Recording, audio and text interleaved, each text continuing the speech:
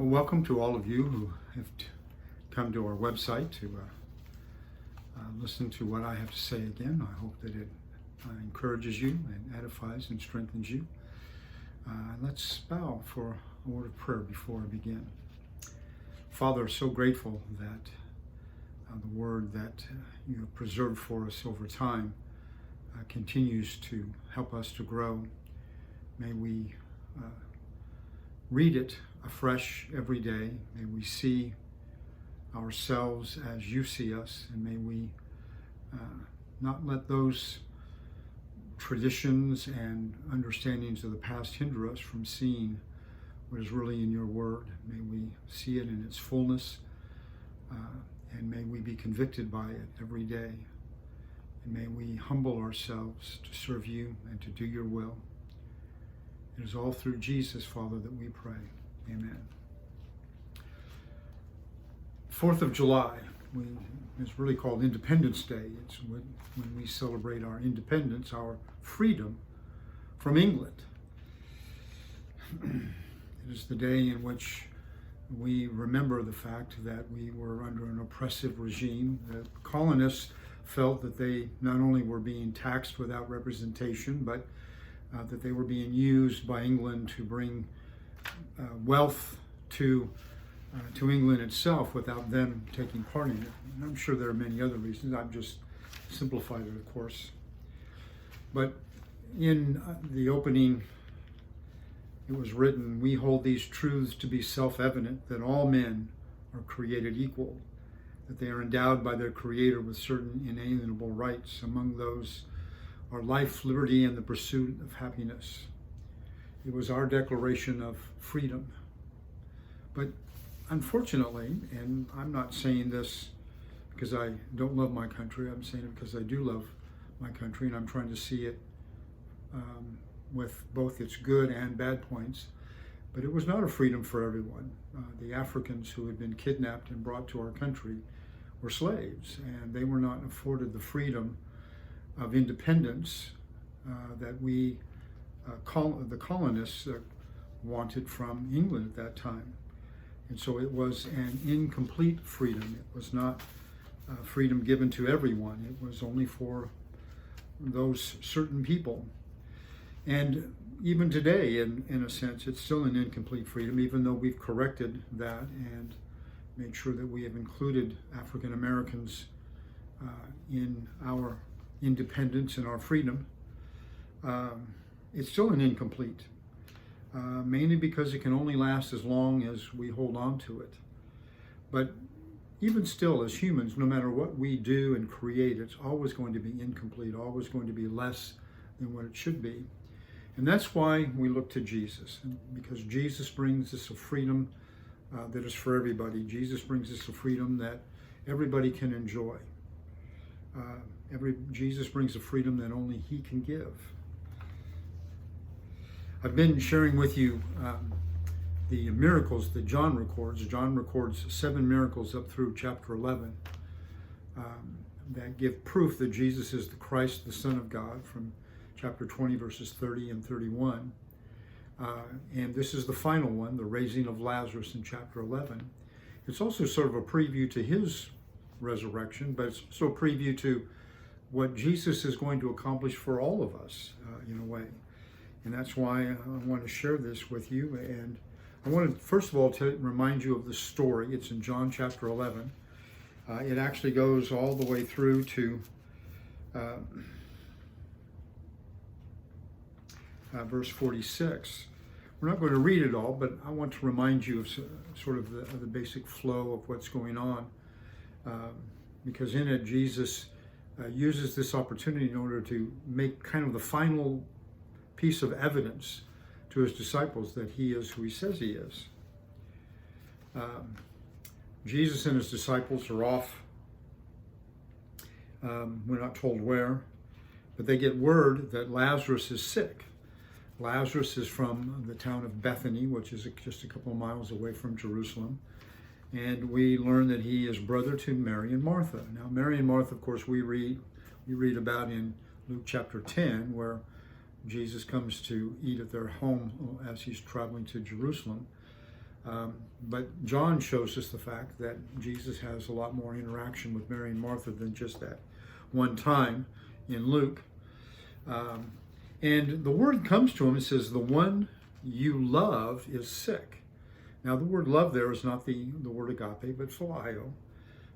It's the idea of friendship kind of love.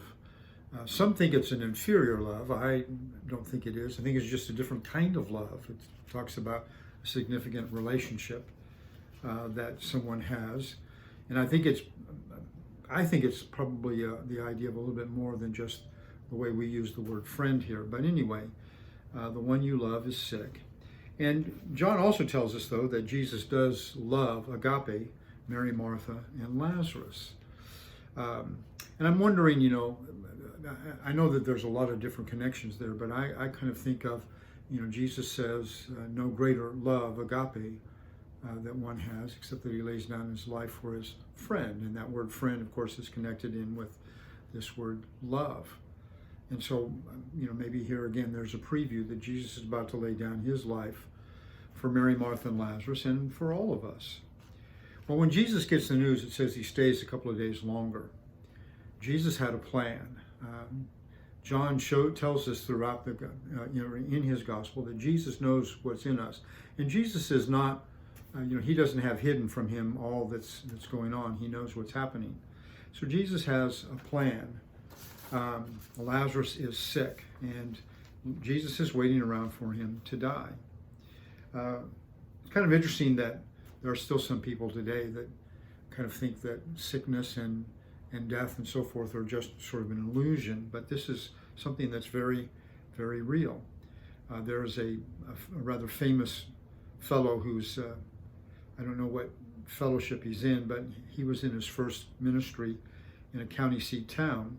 It had a college, and in the college was a gifted teacher who did not believe in medicine. She didn't believe in modern science and medical science. Well, her mother slipped and fell down the steps in the basement, and she was terribly hurt. And the woman insisted that her mother was not hurt. She only thought she was hurting. So she denied the reality of the situation. A little girl one time came running into her house and shouted to her mother, "Mama, Mama, you know that woman who is so sick down the street?" And the mother says, "Now listen, child, she only thinks she is sick." The little girl said, "Well, Mama, now she thinks she's dead." Lazarus really died. So Jesus, as he is waiting and has a plan, he finally says, "Let's go to Judea." And his disciples say, "Hey, they want to kill you down there. Let's not go." And Jesus says, "No, I'm going to go because Lazarus is asleep and I want to wake him." And he said, "Well, if he's asleep, he'll get better." And Jesus says, "No, Lazarus is dead. And I'm glad I wasn't there because I've got something to show you that you just are not going to believe. I've got something that's going to prove to you the reason why I'm here and what this is all about.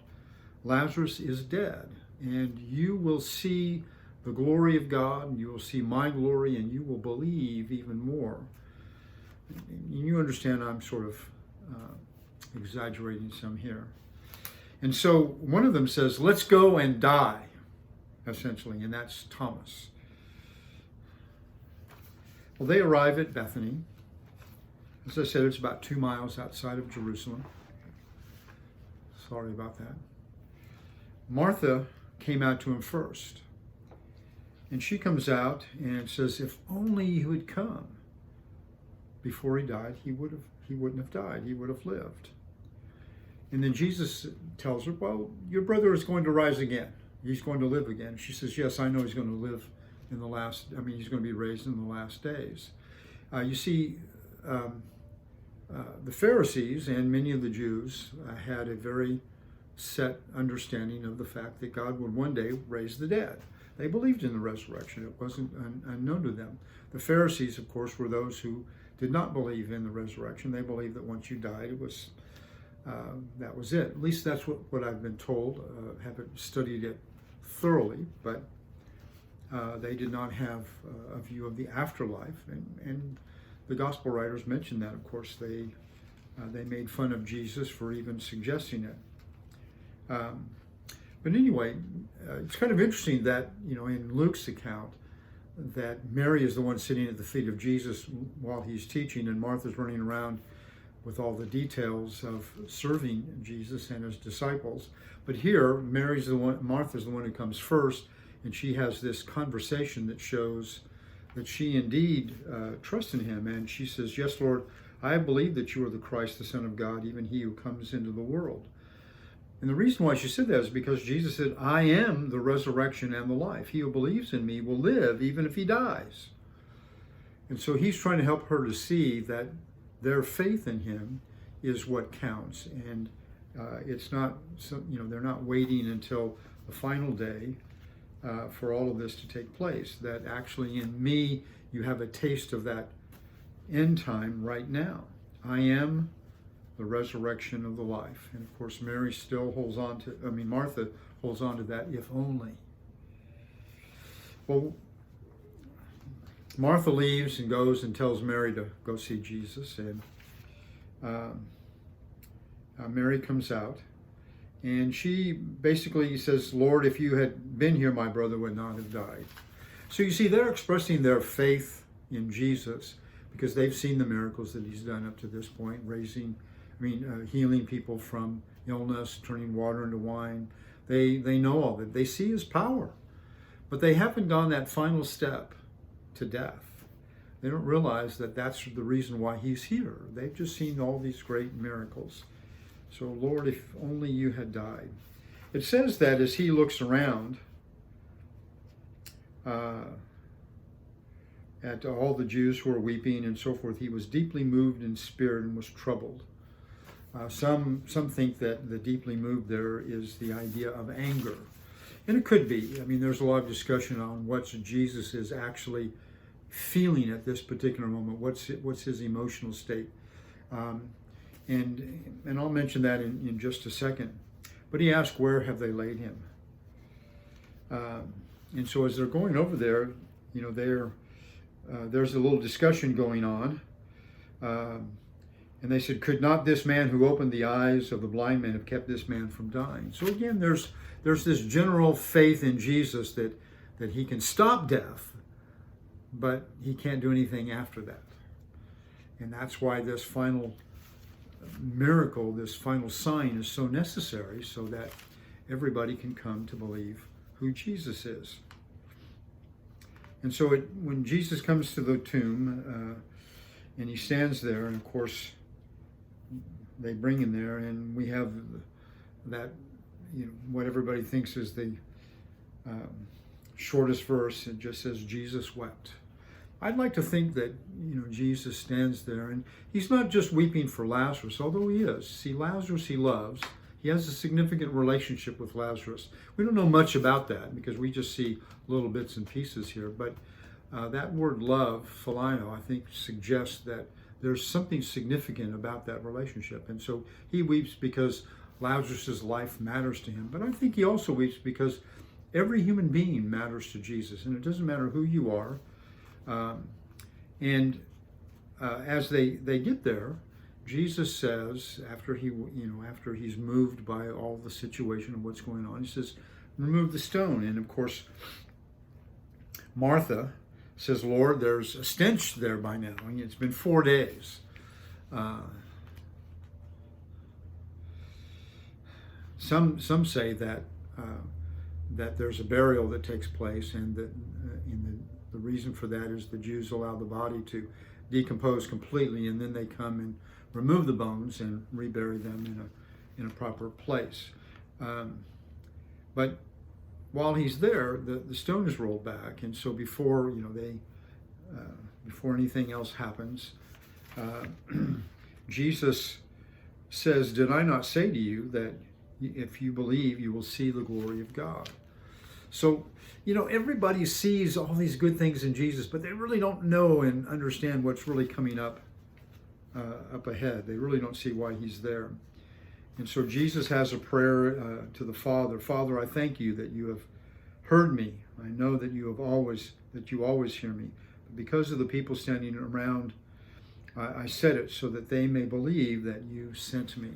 See, everything that Jesus, all these miracles that John is recording, are there in order to prove that Jesus came from the Father.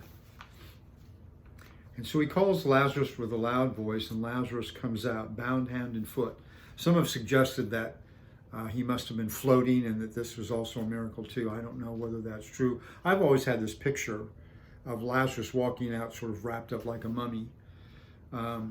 But whatever it is, Jesus says, unbind him, cut him loose, set him free.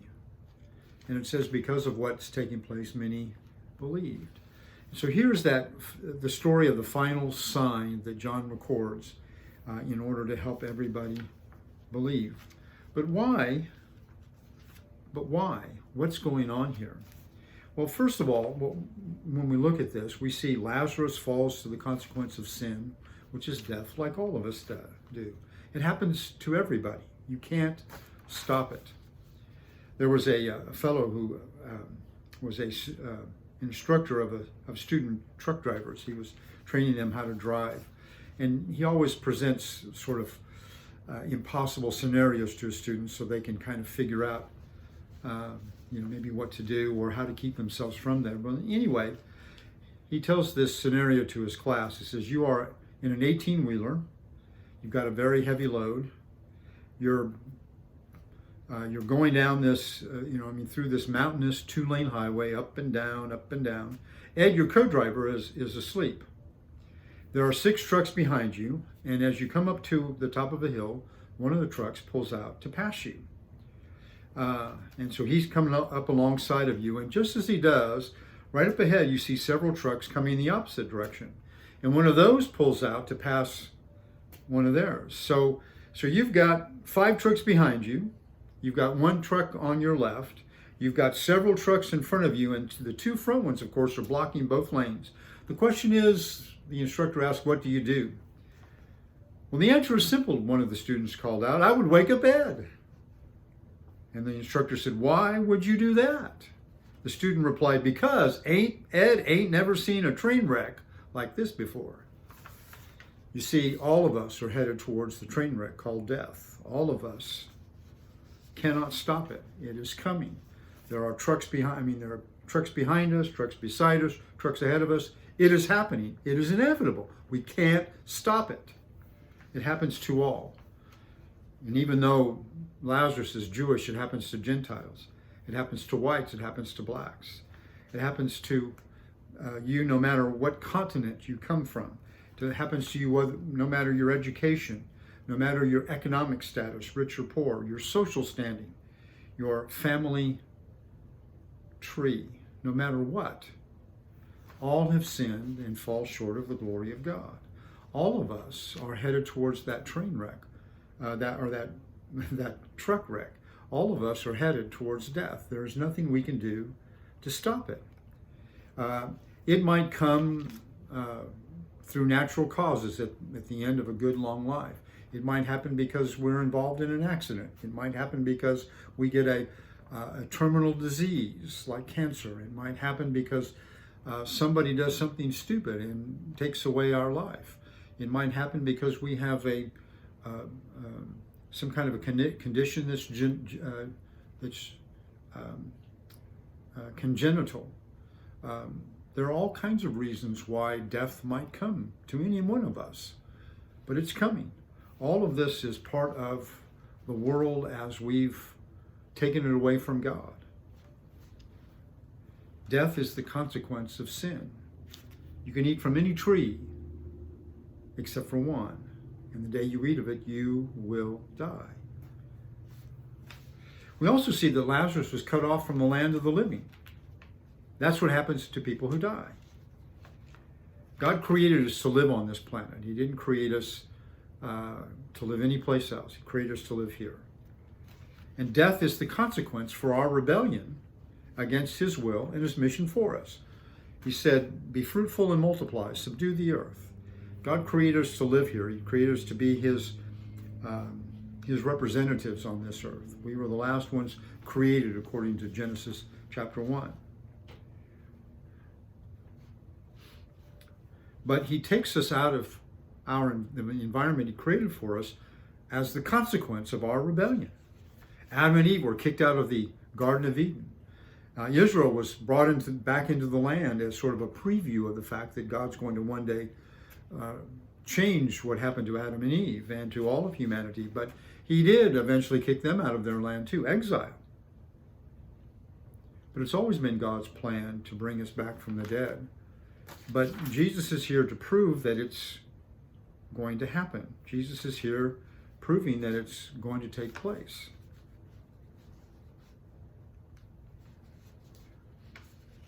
There was a fellow who wrote about going to a funeral. There was a young man who died. He was a biker, and bikers came from all over the place, and they wept. And he could tell that as they wept, they didn't think he was coming back. And you see, that's what it looks like to many of us. And that's why we grieve. That's why we mourn, is because death ends our existence here. Death takes us away from the land of the living. But God is going to bring us back from the land of the living. The land of the dead. He's gracious, compassionate, slow to anger. God is not one to let us go. He's going to hold on to us. We also see that when Jesus said unbind him, he means set him free, give him freedom. That was the fact that Jesus came to impart life. Jesus came to give us back the life that we originally had, and we lost. We lost it because we rebelled, and Jesus now comes to give it back to us. We can't reclaim it on our own. We can't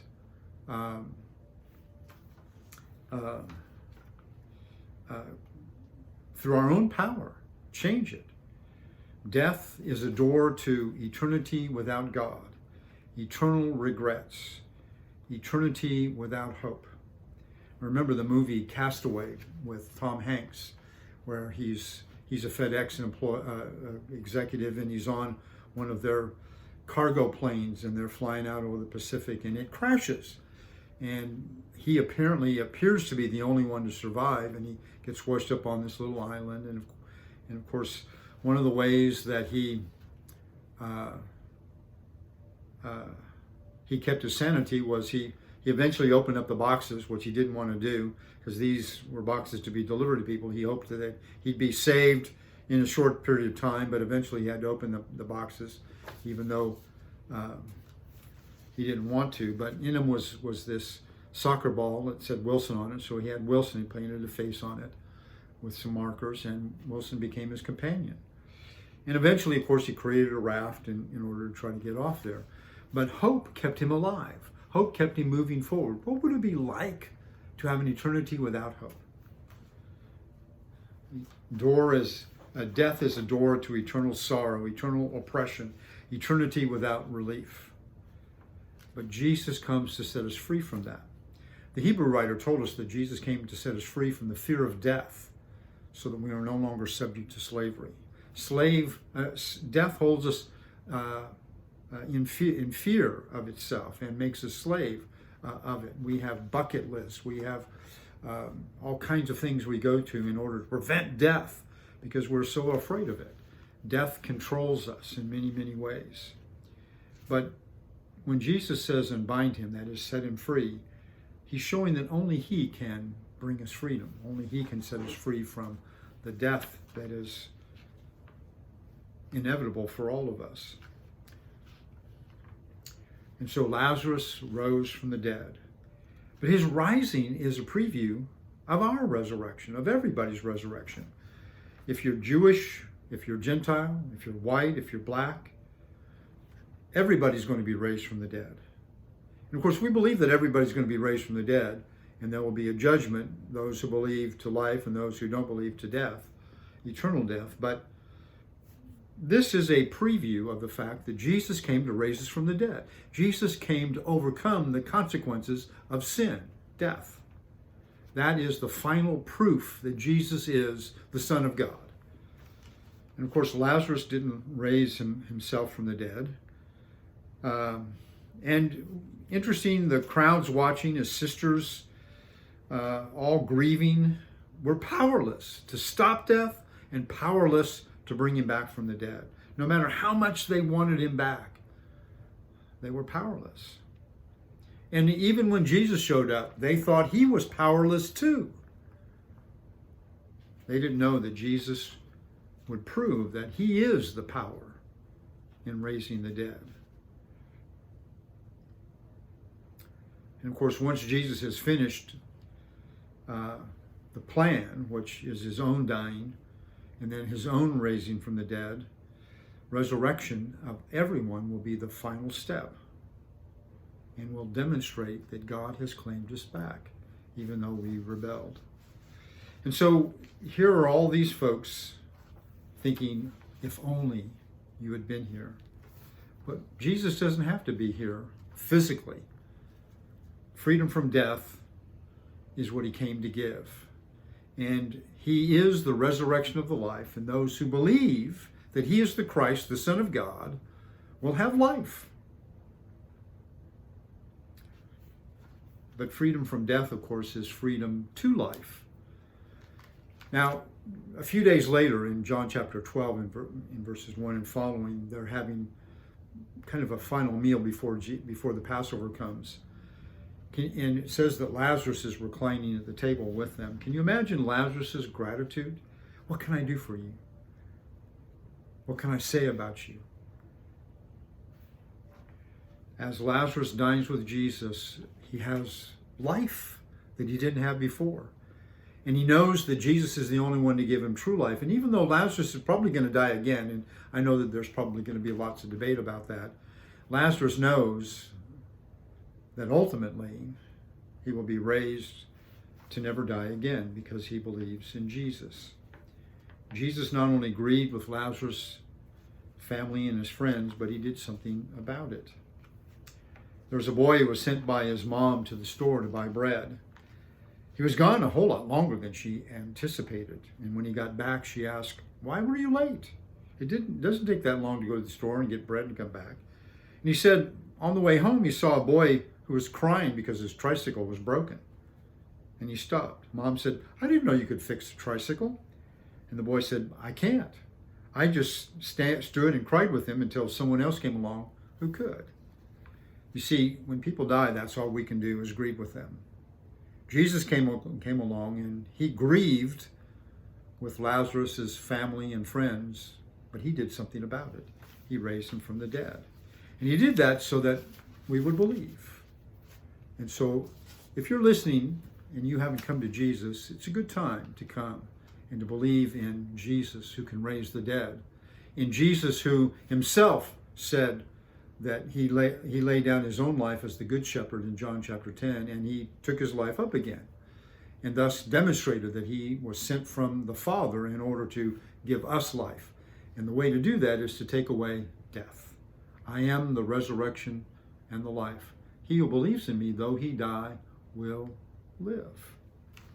And so all you have to do is come and believe in him. Repent of your sins and confess his name, because he died for you. He was buried on your behalf, cut off from the land of the living for you, and then raised again to walk in newness of life and give that newness of life to you.